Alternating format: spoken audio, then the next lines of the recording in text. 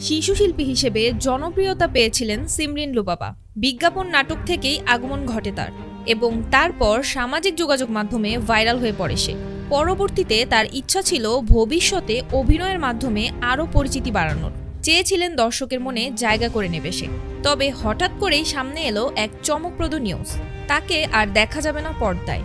আরও জানা যায় যে শুধু মিডিয়ায় নয়, বরং প্রকাশ্যেও আর কারোর সামনে নিজের চেহারা দেখাবেন না লুবাবা।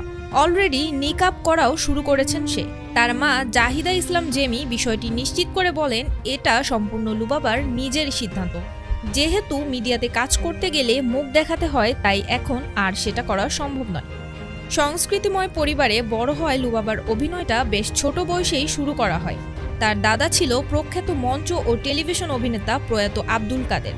দাদার থেকে ইন্সপায়ার্ড হয়েই ক্যামেরার সামনে দাঁড়ান লুবাবা। শিশুশিল্পী হিসেবে নাটক, বিজ্ঞাপন ও মডেলিংয়ে বেশ জমিয়ে নিয়মিত কাজ করে অল্প দিনেই জনপ্রিয়তা পেয়ে যান তিনি। তবে সময়ের সঙ্গে সঙ্গেই ভাবনারও পরিবর্তন ঘটে তার। লুবাবার মা জেমি জানান, ইসলামিক বই পড়তে পড়তেই লুবাবার ভিতরে এই পরিবর্তন আসে।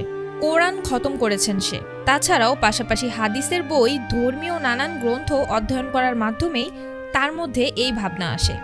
আর সেখান থেকেই মিডিয়া ছেড়ে দেওয়ার সিদ্ধান্ত নেওয়া হয় তার। যদিও অভিনয় থেকে সরে যাচ্ছেন লুবাবা, তবে সামাজিক মাধ্যমে কিছু প্রচারণামূলক কাজ নিকাব পরেই করবেন তিনি। পাশাপাশি সে পরিকল্পনা করেছে আগামী রমজানে উমরা পালন করার।